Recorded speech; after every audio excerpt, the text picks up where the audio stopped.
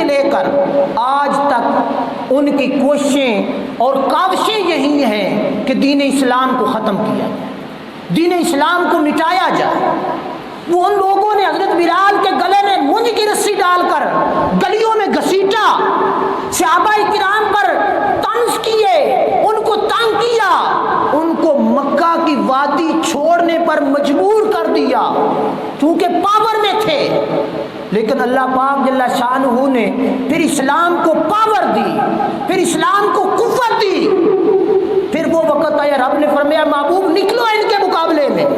پھر ایک مسلمان کی جرأت اور طاقت یہ تھی، اور کافر بھی جانتے تھے اور آج بھی جانتے ہیں، ایک مسلمان جب رب کی بارگاہ میں میدان عمل میں نکلتا ہے، ایک مسلمان 10 کافروں کے مقابلے میں زیادہ طاقتور ہے۔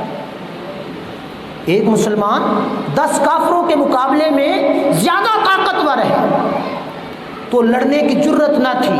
پھر جب لڑنے کے لیے نکلے، 313 کا قلیل لشکر اور بغیر ساز و سامان کے، ادھر 1000 کا لشکر ساز و سامان کے ساتھ لیس۔ دنیا کی تاریخ نے دیکھا کہ 313 لوگ ہزاروں کے ساتھ ٹکرا گئے۔ رب وحدہ لا شریک نے فتح سے ہمکنار کر کے دنیا انسانیت کو بتا دیا، دنیا والوں یہ دین سچا ہے اور اس دین کے ساتھ رب کی نصرت شامل ہے، رب کی مدد شامل ہے۔ اس دین کے پیروکار بن جاؤ تاکہ تمہاری دنیا اور آخرت بہتر ہو جائے۔ اور آج کے دور کے اندر یہودی مسلمانوں سے لڑ نہیں سکتا، مسلمانوں کا مقابلہ نہیں کر سکتا، لیکن ان یہودیوں نے کیا کیا؟ آج کے دور کے اندر مسلمانوں کے اندر انہوں نے فحاشی کو چھوڑ دیا۔ انہوں نے کہا مسلمان ایسے نہیں مرے گا، میدان جہاد میں جاؤ گے، چھوٹے سے چھوٹا ایک بچہ کافروں کے 10 نوجوانوں پر بھاری ہوگا، ایسے ان کو مٹانا، ان کو ختم کرنا ناممکن ہے۔ انہوں نے پھر بیٹھ کر پلان کیا، سازش کی مسلمانوں کے خلاف۔ انہوں نے کہا ایک ہی طریقہ ہے، ان کو فحاشی میں الجھا دو، ان کو عریانی میں الجھا دو، ان کو بدعمالی میں الجھا دو۔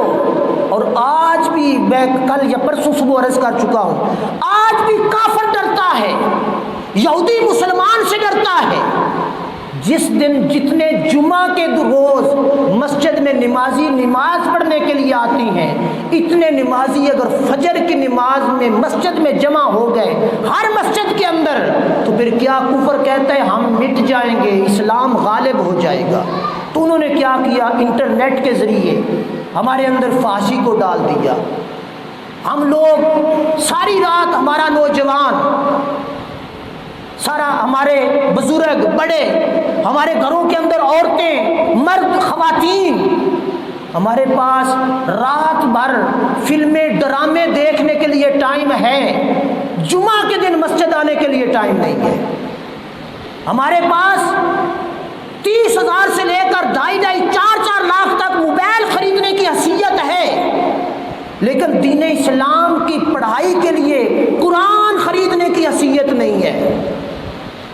ہمارے پاس ہزاروں کے کپڑے اور جوتے خریدنے کی طاقت ہے، سر کے اوپر رکھنے کے لیے ٹوپی خریدنے کے لیے ہمارے پاس چند ٹکے نہیں ہیں۔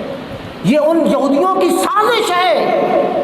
آج ہمارے نوجوان رات بھر نیٹ پر فحاشی عریانی دیکھتے ہیں اور صبح سو جاتے ہیں۔ اور یہ کیا ہے؟ یہ یہودی کی سازش ہے۔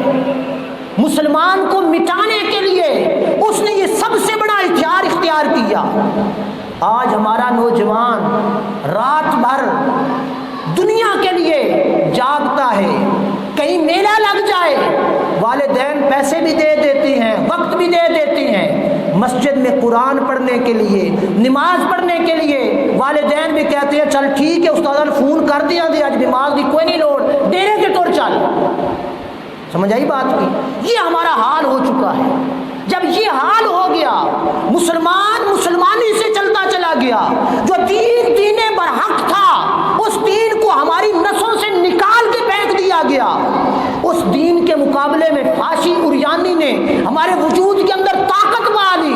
آج اس فحاشی عریانی کے پیچھے لگ کے ہم نے رب کو بلا دیا، ہم نے دین کو بلا دیا، ہم نے دیا، آج ہمارے نوجوان انگلش کے لیے، سائنس کے لیے، جدید ٹیکنالوجی کے لیے حاصل کرنی چاہیے، اس کی میں ممانعت نہیں کر رہا، اس کے لیے پیسہ بھی ہے، اس کے لیے وقت بھی ہے، اس کے لیے منڈی پالیے سڑکوں پہ جہاں جانا پڑے ٹیوشن کے لیے چلے جاتے ہیں، لیکن قال اللہ قال رسول پورے جہان کے اندر فری تعلیم ہے، اس کے لیے نہ میرے پاس وقت ہے، نہ آپ کے پاس وقت ہے، نہ آپ کے بچوں کے پاس وقت ہے کہ ہم لوگ دین اسلام کو پڑھ لیں۔